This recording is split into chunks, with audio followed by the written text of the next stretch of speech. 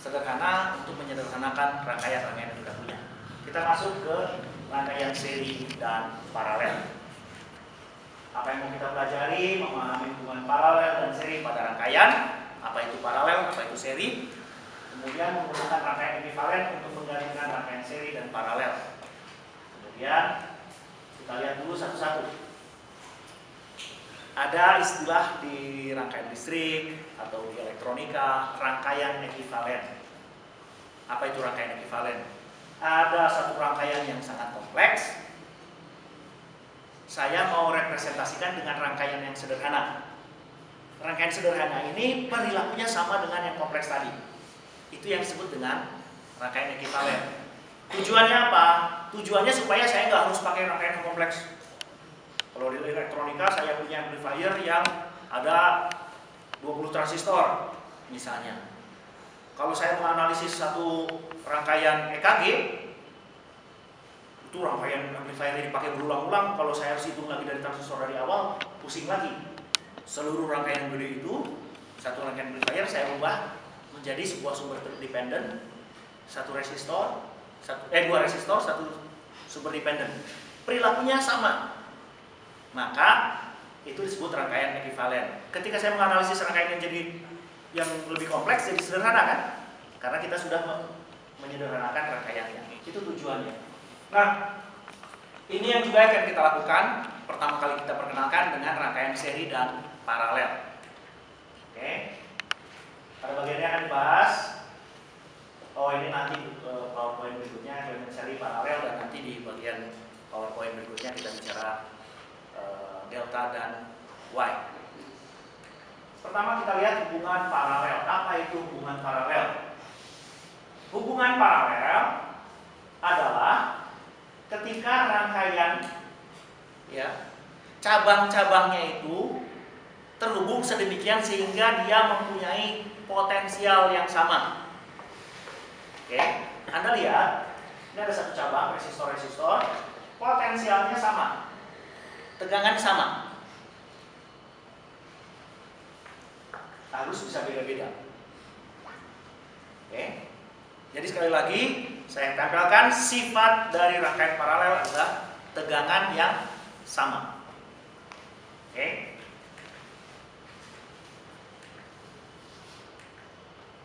Nah,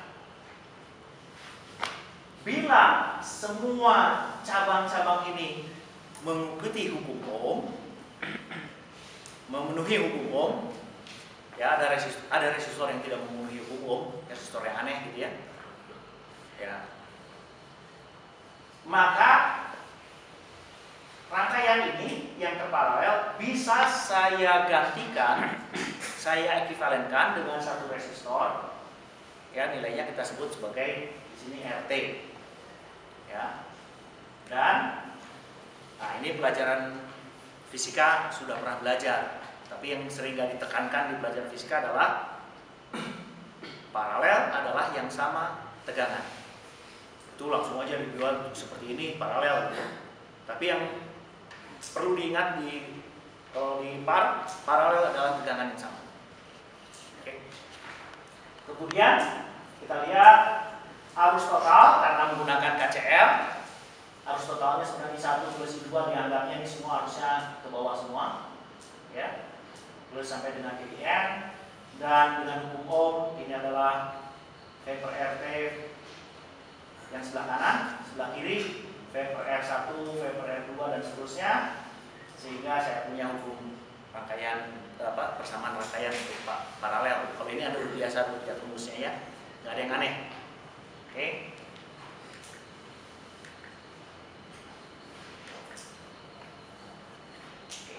Nah, rangkaian paralel juga merupakan rangkaian pembagi arus. Oke.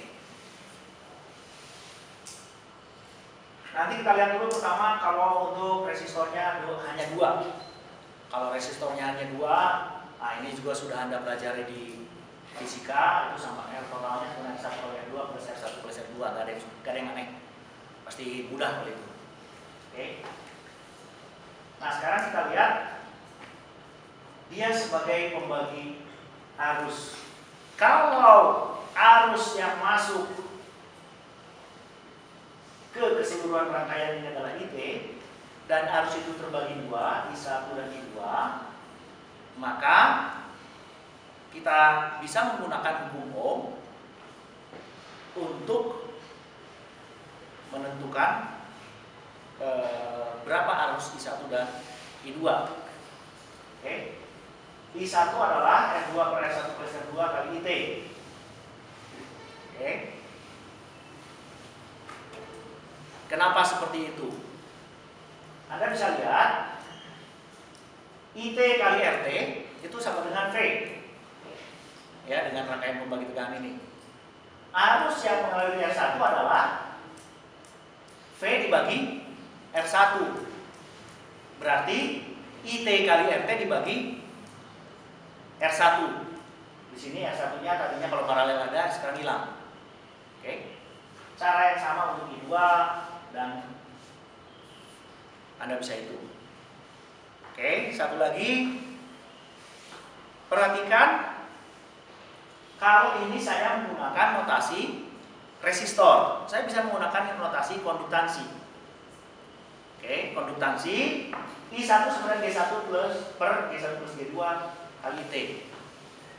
Anda lihat dalam konduktansi di sini I1, di sana I1 lagi. Sebanding dengan konduktansinya. Oke, arusnya sebanding dengan seberapa konduktansinya. Makin besar konduktansinya, dia akan lebih besar arusnya. Oke. Sama dengan I2. Oke, kita lihat contoh yang saya buat. Ini kalau nomornya 0401 itu contohnya saya. Ya, bukan contoh yang ada di buku. Kalau saya ngajar kuliah lain biasanya nomornya nomornya di buku. Ini apa? Contoh soal karangan saya sendiri. Oke.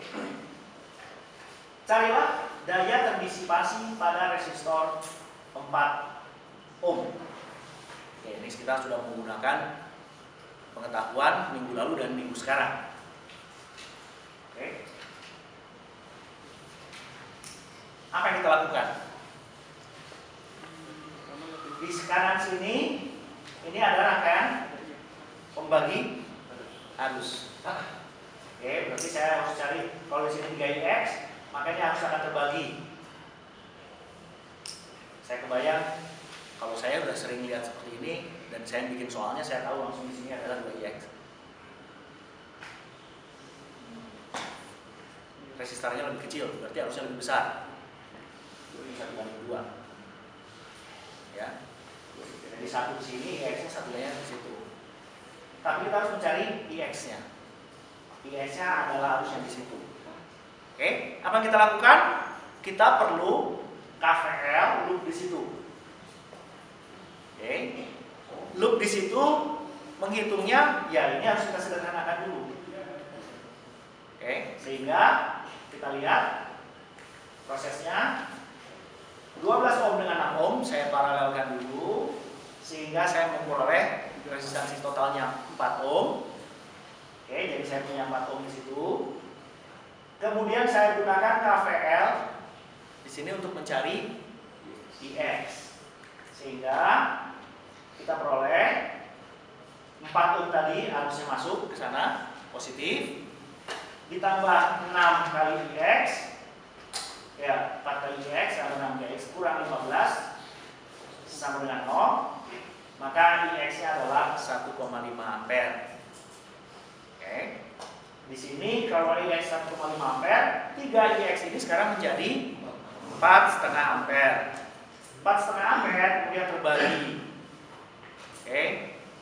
Berarti saya udah tahu di sini 3 ampere, tapi ya harus kita cari dulu lah.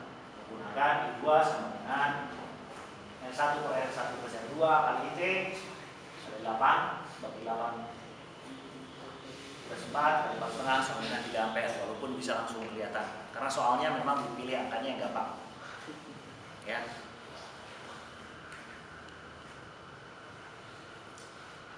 Oke, terakhir kita mencari berapa dayanya. Daya kita bisa menggunakan V kali I atau I kuadrat kali R. I-nya tadi kita sudah tahu di sini 3 ampere.